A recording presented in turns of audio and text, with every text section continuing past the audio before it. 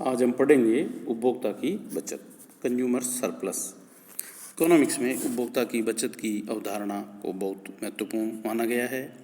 यह अवधारणा यद्यपि समझने की दृष्टि से काफ़ी सरल है, लेकिन इसके संबंध में, माप के संबंध में काफ़ी विवाद देखने को मिलता है। आधुनिक युग में हम अनेक ऐसी चीज़ें हैं जैसे नमक है, माचिस, अखबार, टेलीफोन, बिजली, पानी, या यूँ कह सकते हैं जीवन के लिए आवश्यक या अति आवश्यक वस्तुएं अपेक्षाकृत हमें सस्ते भावों पर मिल जाती है। तो इसके लिए जो हम कीमत देते हैं उसकी तुलना में हमें इनसे संतुष्टि है वो अधिक मिलती है, संतोष है वो अधिक मिलता है।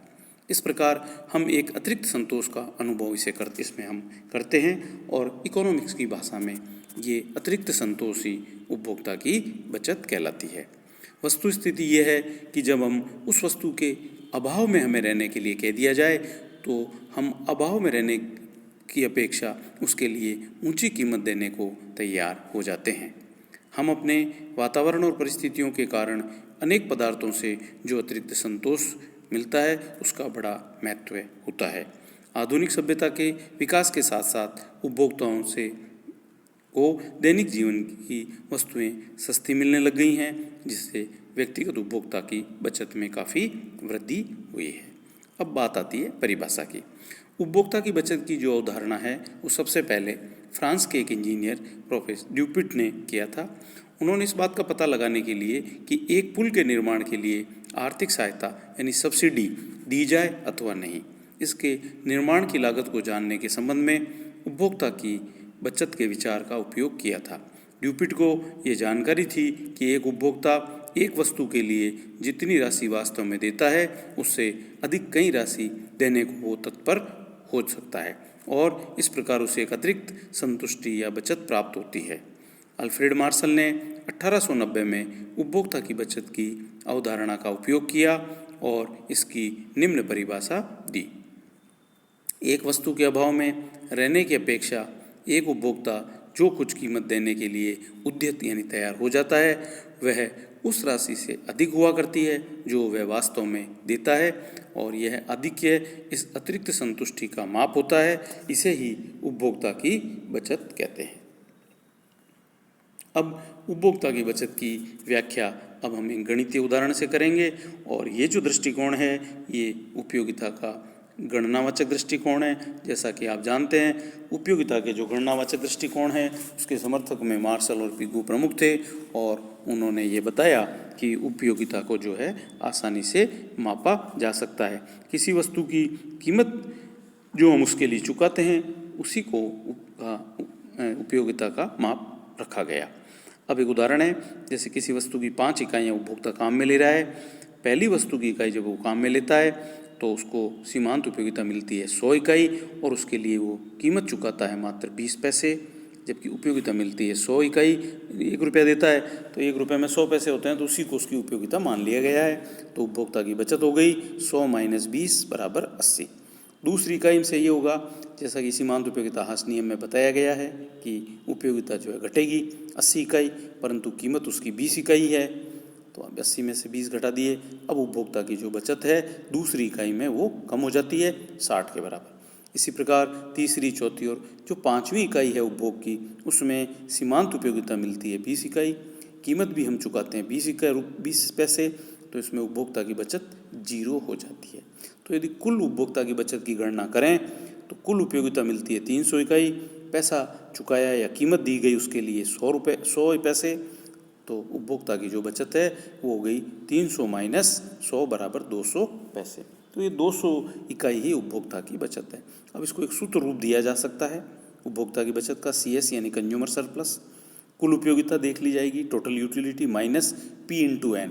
P का मतलब वस्तु की कीमत से है, और N का मतलब है वस्तु की खरीदी जाने वाली इकाइयाँ, यानी कितना उसने उसके लिए पेमेंट किया, कितना मुद्रा का व्यय किया।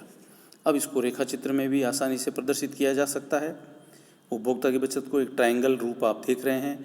ये सीमांत उपयोगिता वक्र है, 1 पे 100 है, 2 पे 80, 3 पे 60 घटते क्रम में है, शायद 6 पर जो है वो 5 पर जो 20 है, और प्रत्येक वस्तु के लिए 20 भी पैसा दिया जा रहा है। तो जो नीचे का जो आयत है ये दर्शा रहा है कुल व्यय कितना है, और ये पूरा त्रिभुज जो है वो ये दर्शा रहा है कुल उपयोगिता कितनी मिल रही है।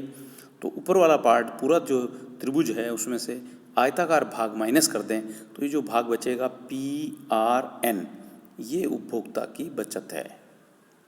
ठीक है, जिसको अपन ने सारणी में भी प्रदर्शित किया था, यही उपभोक्ता की बचत है। तो ये जो RPN त्रिकोण है ये उपभोक्ता की बचत को दर्शाता है। अब मार्शल के विवेचन में उपभोक्ता की बचत की कुछ मान्यताएं लेकर चलते हैं हम। पहला है उपयोगिता और संतोष के बीच एक सुनिश्चित संबंध। मार्शल की पहली मान्यता यही है, उपयोगिता और संतोष में निश्चित संबंध पाया जाता है। उपभोक्ता एक वस्तु को खरीदते समय कुछ संतोष प्राप्त करने की आशा कर सकता है। हो सकता है कि उपभोग के बाद संतोष इसे कम मिल सकता है, ज़्यादा मिल सकता है। इसमें कठिनाई आती है। जैसे मान लीजिए सिनेमा देखने गए, 20 रुपये की उपयोगिता का अनुमान लगाया, हो सकता है, और 15 रुपये खर्च किए, तो हो सकता है सिनेमा देखने के बाद आशा के विपरीत केवल 4 रुपये की उपभोक्ता की बचत मिली। या हो सकता है सिनेमा देखने से पूर्व जबकि अपन ने अनुमान 5 रुपये का लगाया है, तो इससे कम या अधिक हो सकता है। इस कठिनाई से बचने के लिए मार्शल ने ये मान लिया कि सदैव प्राप्त उपयोगिता और प्रत्याशित उपयोगिता, प्रत्याशित यानी एक्सपेक्टेड, जिसकी हम आशा कर रहे हैं, प्राप्त का मतलब एक्चुअल क्या है, दोनों को बराबर मान लिया गया है। तो केनेथ बोल्डिंग ने उपभोक्ता की बचत को क्रेता की बचत कहकर भी संबोधित किया है, क्योंकि ये क्रेता की उपयोगिता के आधार पर ही मापी जाती है। मुद्रा की सीमांत उपयोगिता को स्थिर माना गया है। मार्शल ने अपने विश्लेषण में मुद्रा की सीमांत उपयोगिता को स्थिर माना है, इसीलिए जैसा कि RN जो रेखा है वो x अक्ष के समांतर है, यानी एक वस्तु पर मुद्रा की इतनी थोड़ी राशि व्यय की जाती है कि व्यवहार में उसकी सीमांत उपयोगिता बराबर होती है। परंतु आधुनिक लेखक ये मानते हैं कि जैसे जैसे हम व्यय करते जाते हैं मुद्रा की सीमांत उपयोगिता वो बढ़ती जाती है। मांग वक्र की सभी मान्यताएं इसमें स्वीकृत कर ली गई है। प्रोफेसर मार्शल के अनुसार उपभोक्ता की बचत का जो विचार है वो सीमांत उपयोगिता वक्र पर आश्रित है, अतः वे सब मान्यताएं आ जाती हैं जो मांग वक्र के संबंध में होती हैं। मांग वक्र अन्य बातों के समान रहने पर एक वस्तु की कीमत के परिवर्तन का प्रभाव उस वस्तु की मांग की मात्रा पर बताता है। मांग वक्र में एक वस्तु पर विचार किया जाता है, लेकिन हम जानते हैं कि वस्तु की सीमांत उपयोगिता उस वस्तु के साथ साथ दूसरी वस्तुओं पर भी निर्भर करती है। व्यक्तिगत उपयोगिताओं के अंतरों पर ध्यान नहीं देता। बाजार उपभोक्ता की बचत के रूप में मार्शल ने विभिन्न व्यक्तियों के बीच सीमांत उपयोगिताओं के अंतरों पर ध्यान नहीं दिया है। विभिन्न व्यक्तियों में आय और रुचि के भेद होने से एक वस्तु के प्रति उनकी सीमांत उपयोगिताओं में भी अंतर देखने को मिलता है, परंतु मार्शल ने ये भी अंतर भुला दिया। उपयोगिता मापनीय है, यूटिलिटी इज मेजरेबल। मांग वक्र की भांति उपभोक्ता की बचत में मार्शल ने उपयोगिता को मापनीय माना है।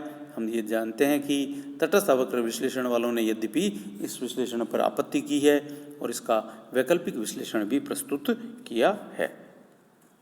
तो इस प्रकार जो है ये उपयोगिता की पर आधारित कुछ मान्यताएं थी। धन्यवाद।